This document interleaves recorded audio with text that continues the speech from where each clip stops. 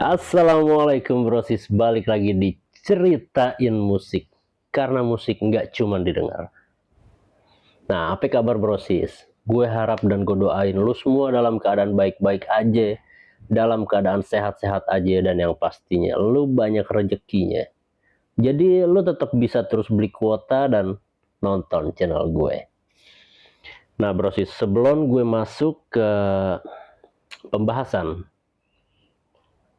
puncak kreativitas dari musik, gue pengen minta pendapat lu dulu semuanya nih tentang konten gue yang sebelumnya, tentang cinematic novel. Menurut lu kayak gimana nih brosis?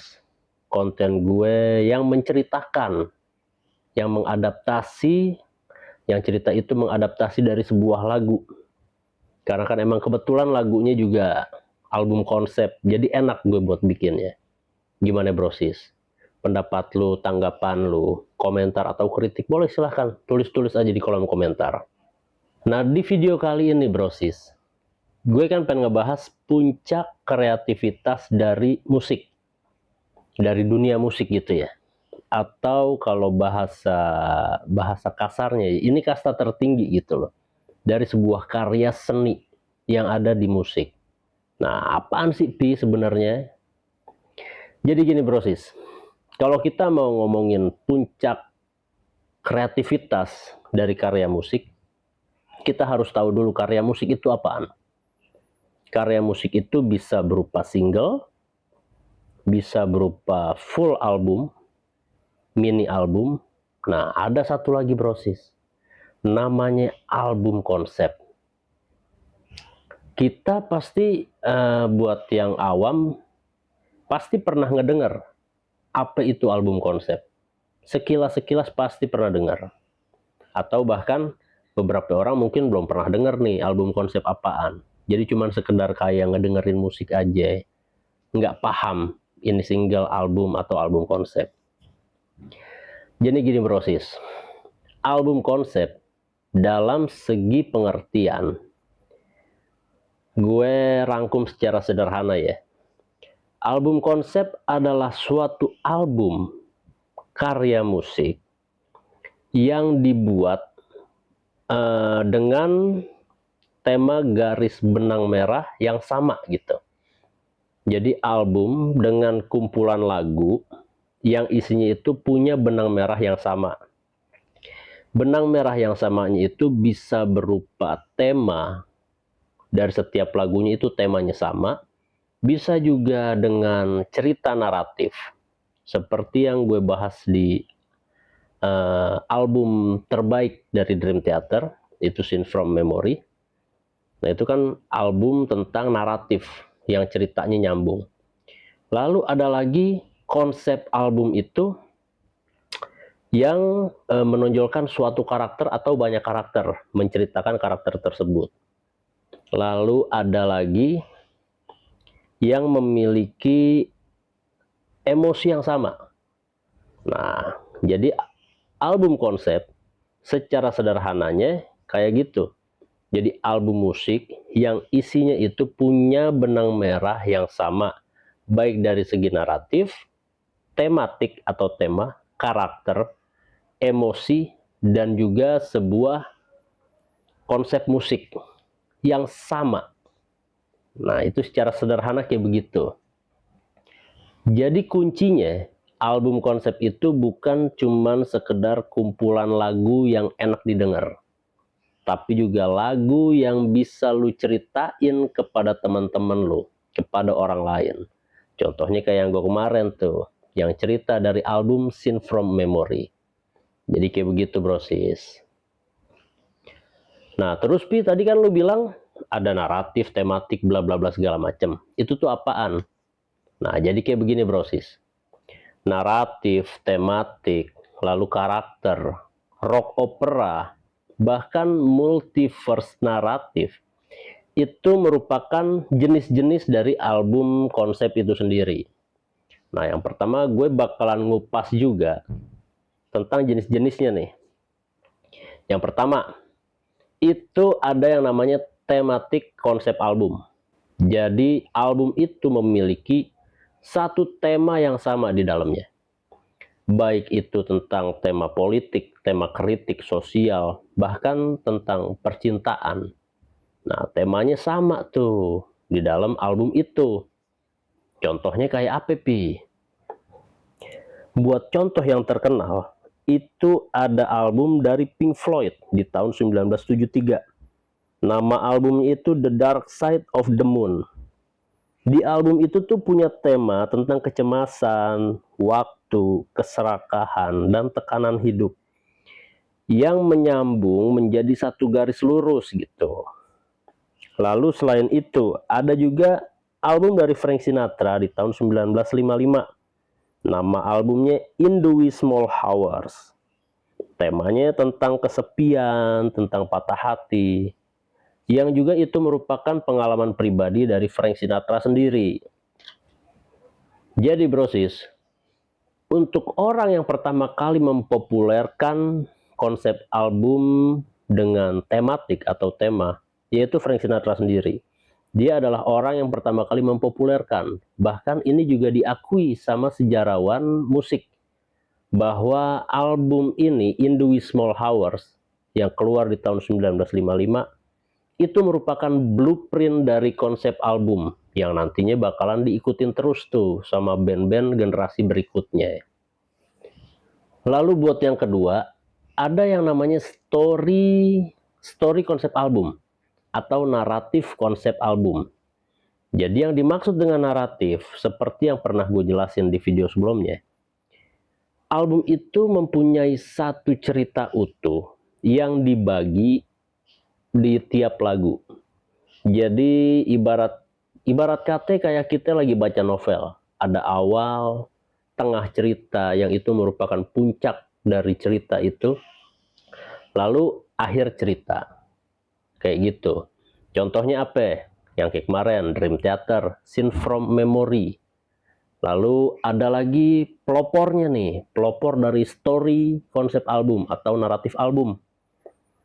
Nah, pelopornya itu dari band The Who lewat albumnya yang berjudul Tommy di tahun 1969. Ini disebut sebagai rock opera terbesar pertama di era modern. Nah, selain itu ada juga dari Pink Floyd lagi di tahun 1979, dia ngeluarin album namanya The Wall. Dan ada satu lagi, salah satu contohnya itu dari band punk, dari Green Day, yang albumnya itu American Idiot, yang keluar di tahun 2004. Jadi dari ketiga contoh album itu mempunyai satu cerita utuh. Satu cerita utuh yang dibagi-bagi nih. Misalkan 3 lagu pertama itu menceritakan awal ceritanya. Terus juga 4-6 itu menceritakan pertengahan, biasanya konflik terbesarnya nih. Dan ditutup biasanya di lagu ke-7 sampai ke-9. Cuman tergantung albumnya juga ya brosis. Karena kan kalau long play album, full album itu kan biasanya kan sampai 12 sampai 15. Tergantung dari bandnya sendiri. Lalu yang ketiga ada lagi namanya continuous konsep album atau continuous musik, atau bisa juga disebut one long composition album. Jadi kalau yang itu gimana, Pi? Nah, one long composition album, di album itu tuh musiknya tuh nyambung terus, lagunya nyambung terus. Akhir lagu pertama itu sama dengan awal lagu kedua, begitu seterusnya sampai habis. Nah, itu yang disebut sebagai one long composition album. Jadi lagunya nyambung terus. Lalu kalau misalnya Spotify lu premium, atau ibaratnya lu ngedengerinnya lewat YouTube gitu ya, YouTube premium tanpa iklan, lu bakalan ngedengerin tanpa jeda. Berasanya kayak begitu. Nah, itu yang disebut one long composition album. Lalu band-band apa aja nih, Pi, yang punya album kayak gitu? Terus juga siapa nih pelopornya? Jadi buat pelopor modern atau yang mantepin format ini, itu dari Jethro Tull dengan albumnya yang namanya tuh Thick as a Brick. Nah, ini tuh sering disebut sebagai satire, sekaligus salah satu konsep album paling solid. Nah, contoh selanjutnya juga ada dari band progressive rock di tahun 1978. Itu nama albumnya Happy Sparrows dari Rush. Lalu buat jenis album konsep yang keempat itu ada namanya karakter based konsep album atau konsep album berbasis karakter. Jadi di album itu punya satu karakter, baik fiksi maupun fakta gitu ya. Satu karakter yang menceritakan karakter tersebut. Atau bisa juga beberapa karakter. Jadi misalkan di lagu pertama nih memperkenalkan dulu nih karakter-karakternya siapa aja. Misalkan ada Peter 1, Peter 2, Peter 3, sampai Peter 10 gitu misalkan. Nah, jadi di tiap lagunya itu menceritakan tentang Peter masing-masing. Atau dengan satu Peter misalkan, satu karakter nih. Nah, satu karakter itu diceritain masing-masingnya. Peter lagi ngapain, mulai main gundu misalkan, lagi main layangan. Ya itu seumpama aja ya. Cuman lebih kurang itu kayak gitu, menceritakan satu karakter. Biarpun ceritanya ini nggak linear, nggak berurut gitu loh. Lalu siapa Pi band yang ngeluarin konsep album kayak begitu? Nah, buat band yang bikin konsep album kayak gitu, itu dari album Ziggy Stardust dari David Bowie di tahun 1972. Jadi di album ini David Bowie itu menceritakan kisah tentang seorang alien rockstar yang dia kasih nama sebagai Ziggy. Nah, ini karakternya kan karakter fiksi nih. Jadi mungkin nanti ke depannya mungkin lu gitu brosis, lu pengen menceritakan karakter yang seumpama mau menceritakan tentang diri lu gitu loh. Sebagai konsep dari album itu. Ya itu sah-sah aja brosis. Jadi masuknya album lu itu sebagai konsep album berbasis karakter. Di Indonesia ada nggak? Ada. Itu dari Hindia. Hindia apa ya nama albumnya gue lupa tuh. Nah itu menceritakan tentang Baskara, tentang ceritanya tentang Baskara nih salah satu personilnya. Jadi itu biarpun ceritanya nggak linear, tapi itu menjadi salah satu konsep album, jenis konsep album berbasis karakter. Nah terus pelopornya siapa Pi? Pelopornya itu ya nggak lain nggak bukan dari David Bowie sendiri. Nah, David Bowie ini dianggap sebagai yang mempopulerkan bentuk album ini tuh lewat alter egonya Ziggy. Lalu selanjutnya nih brosis, ada jenis album yang kelima namanya cinematic concept album. Nah, cinematic concept album ini tuh menurut gue menarik gitu ya. Karena album ini ibarat film tanpa gambar. Jadi menceritakan atmosfernya, lalu menceritakan alur, plot segala macam. Ibarat film, ini tuh ya benar-benar nggak ada gambar. Cuman kayak lagi diceritain aja lewat musik, lewat lagu. Lalu siapa aja nih Pi band yang mengusung konsep album kayak gini? Nah, buat band atau lebih tepatnya musisi gitu ya. Jadi format cinematic album ini tuh sebenarnya dipopulerin sama Kendrick Lamar. Jadi dia punya dua album yang konsepnya kayak gini. Yang pertama itu GKMC atau Good Kid MAAD City di tahun 2012. Nah yang kedua ada To Pimp a Butterfly di tahun 2015. Menurut data yang gue cari juga, kayak Beyonce juga sempat ngeluarin cinematic album. Lalu Taylor Swift juga ngeluarin juga. Sama yang lagi apa ya, yang lagi booming sekarang nih, Sabrina Carpenter. Itu juga dari data yang gue cari itu ngeluarin albumnya, konsepnya kayak gini, cinematic konsep album. Gokil menurut gue loh. Jadi selain band-band dari progressive rock atau progressive metal, ada penyanyi-penyanyi R&B atau penyanyi hip hop yang ngelakuin hal yang sama gitu loh. Nah mereka inilah yang udah mencapai titik tertinggi dari karyanya mereka.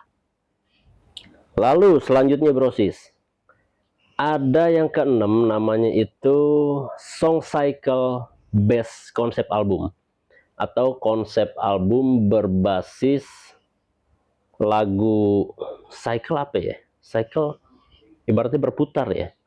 Jadi itu lagu memiliki satu konsep emosi yang sama, dan bahkan beberapa album itu konsep emosinya itu mengalir.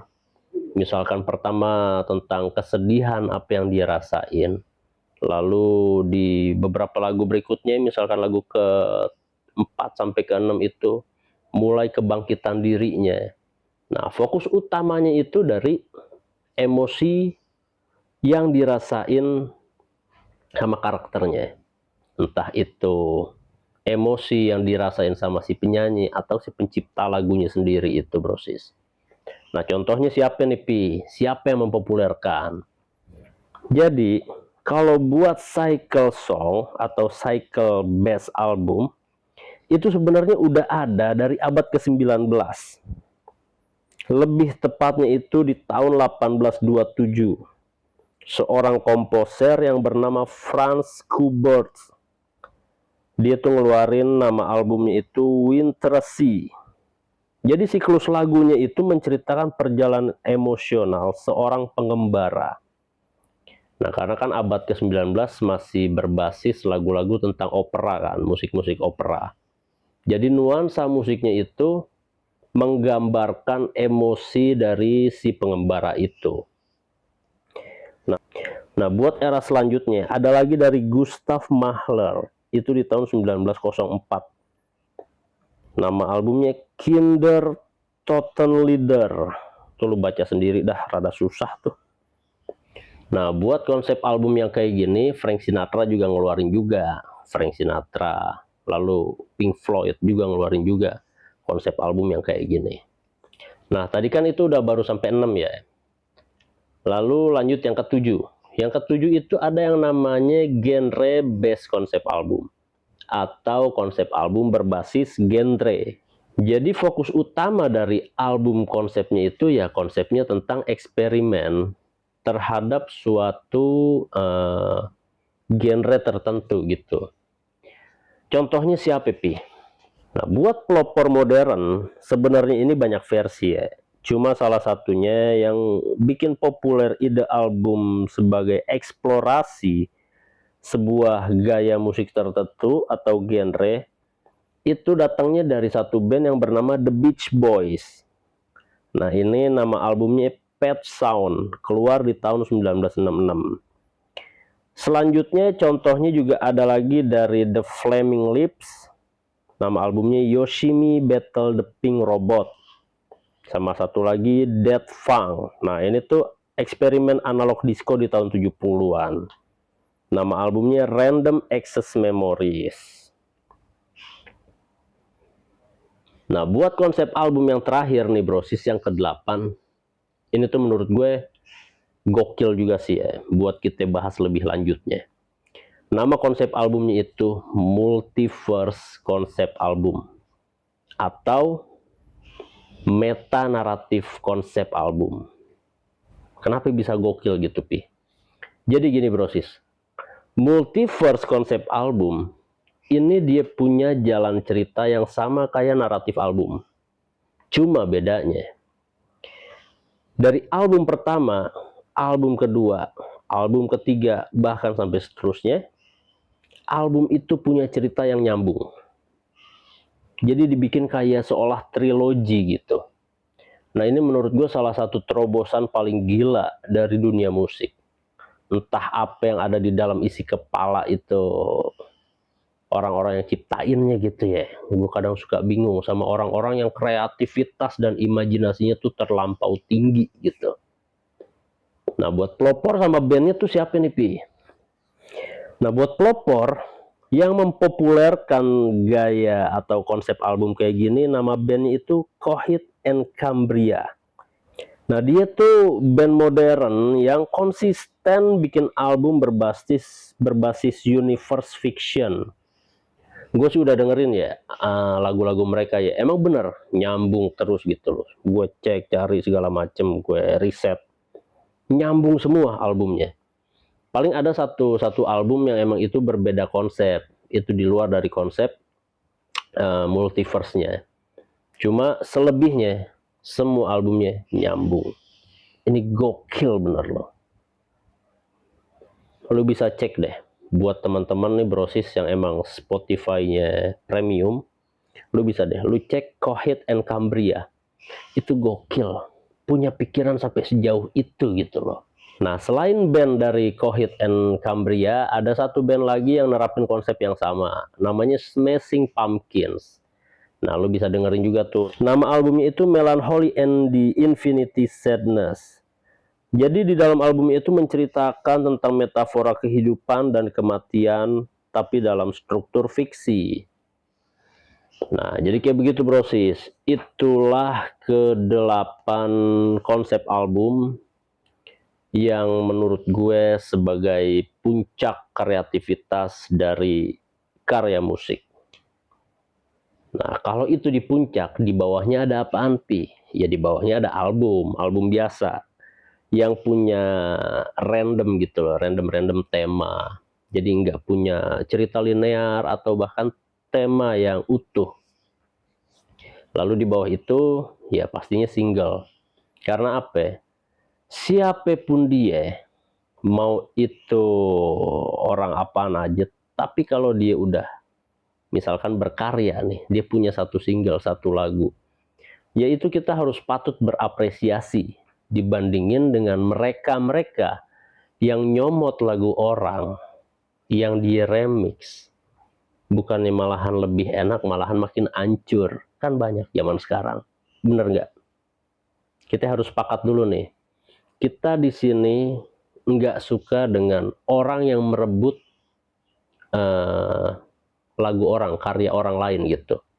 Yang dia gunakan untuk kepentingan dirinya sendiri dan bahkan memperkaya dirinya sendiri. Kita sepakat dulu di situ. Jadi menurut gue di bawahnya album ya ada single.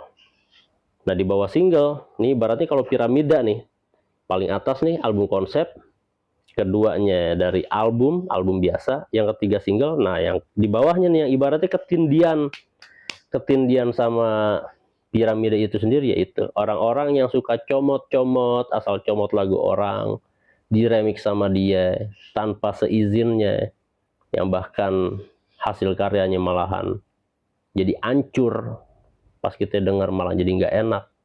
Nah itu dia nih orang-orang yang tukang colong karya orang lain, kalau gue sebutnya begitu ya. Terserah, kalau misalkan ada penonton gue nih yang random nonton tiba-tiba tersinggung dengan omongan gue, ya terserah. Karena gue ngomong apa adanya. Gue paling gak suka orang kayak begitu tuh. Comot karya orang lain, digunain buat dia, diubah-ubah, demi keuntungan pribadinya, disebarin. Ya, makin hancur lah musiknya. Ini dia, gue tempatin di bawah dari si piramida itu tuh. Jadi kayak begitu brosis. Nah, buat pembahasan album konsep, ini sebenarnya gue mau bikin 2 part. Nah, part kedua nanti gue akan menceritakan itu sejarah konsep album. Sebenarnya pertama kali siapa, lalu berjalannya kayak gimana konsep album. Nah, di part kedua gue bakalan ngejelasin lagi tentang sejarahnya secara timeline yang berurut. Gitu, brosis. Jadi pesan gue buat para penonton gue, pesan gue buat anak-anak muda yang masih terus berkarya di dalam dunia musik, lu tetap semangat. Jangan mau lu kegeser sama orang-orang yang cuma sekedar comot-comot lagu orang. Berkarya terus. Kita orang Indonesia itu hebat. Nanti di video kedua gue bakalan kasih tahu juga orang-orang hebat Indonesia yang punya karya-karya puncak dari kreativitas karya musik. Segitu aja dari gue, Opi Calderon, diceritain musik. Jangan lupa lu like, comment, share, subscribe. Share nih yang paling penting nih. Lu share sebanyak-banyaknya ke teman-teman lu, biar teman-teman lu itu makin pada tahu wawasan lebih lanjut tentang dunia musik. Oke? Wassalamualaikum brosis.